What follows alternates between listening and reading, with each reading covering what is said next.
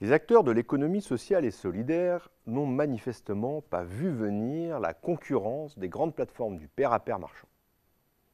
Comme nous l'avons étudié dans les parties précédentes, le potentiel de ces plateformes technologiques constitue pourtant des opportunités réelles pour ces acteurs.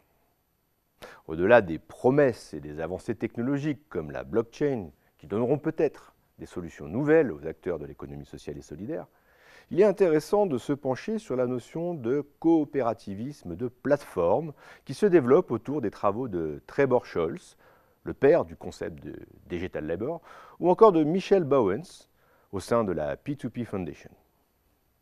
Cette nouvelle forme de coopérativisme essaie de créer une économie coopérative connectée, en essayant d'intégrer pleinement toutes les valeurs coopératives sur des plateformes de pair à pair. Plateformes qui seraient donc équitables, rétributives, contributives, en open source et ancrées dans un écosystème entrepreneurial et territorial pair à pair.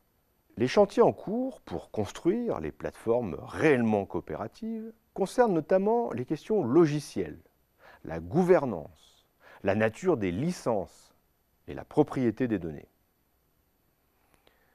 Les communautés de développeurs utilisent des logiciels en open source pour que les plateformes coopératives soient ouvertes et stables, tout en ayant les mêmes fonctionnalités que celles déjà utilisées par le pair-à-pair marchand.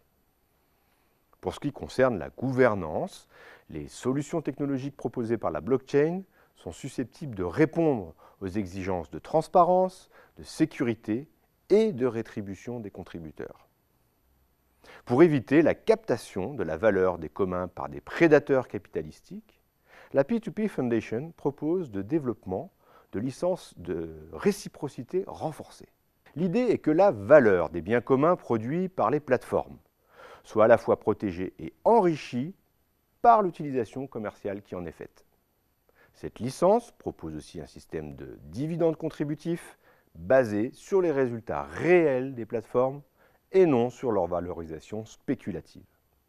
Enfin, les notions encore très imprécises de self-data pour que l'individu se réapproprie ses données personnelles et de common data pour que la collectivité puisse tirer profit des données du territoire constituent une alternative à l'utilisation abusive et exclusive des données collectées par les plateformes. Ces chantiers sont encore largement ouverts et en construction. Il reste d'abord un effort très important de sensibilisation et de formation des différents acteurs de l'économie sociale et solidaire pour que ces pistes alternatives deviennent concrètes et dépassent les quelques expérimentations observables. Malgré la domination sans partage des grandes plateformes de pair-à-pair marchand, que Michel Bauwens désigne comme une nétarchie, tant elle centralise les flux, les données et les profits, plusieurs signaux faibles montrent des pistes et des alternatives crédibles qui reposent à la fois sur la mobilisation des communautés locales, la mise en commun de ressources et l'engagement des services publics.